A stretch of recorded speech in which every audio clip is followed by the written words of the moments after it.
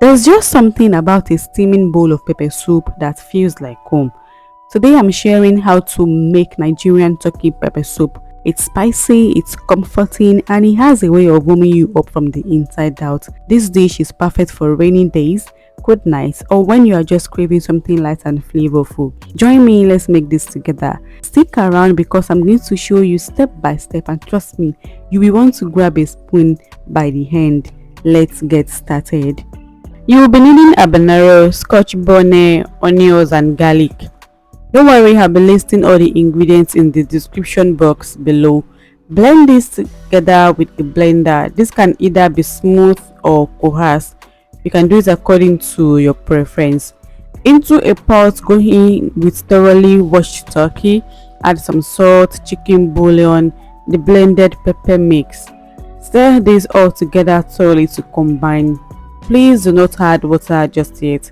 You're going to cover the pot and you're going to allow the juice to cook the turkey for about 3 minutes before going in with water. This is very important, by the way, because it makes the pepper soup rich. It's almost like you're marinating the turkey. You actually need all the spices to enter into the turkey very well, so please do not skip this step. So after cooking for 3 minutes with the juice, you're then going to add more water and more pepper to give this a very good mix. Then cover and allow to cook for 5 to 7 minutes. Once the turkey is getting soft, you're going to then add the sweet corn and the potatoes. For the potatoes, you can use either sweet potatoes or Irish potatoes, and you can even omit it completely because it is optional. You're also going to add pepper soup spice to this.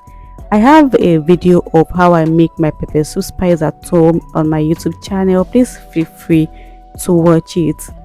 You're going to mix this all together thoroughly to combine, then cook for another 5 minutes. And lastly, you're going to add chopped scent leaves for that extra bold flavor.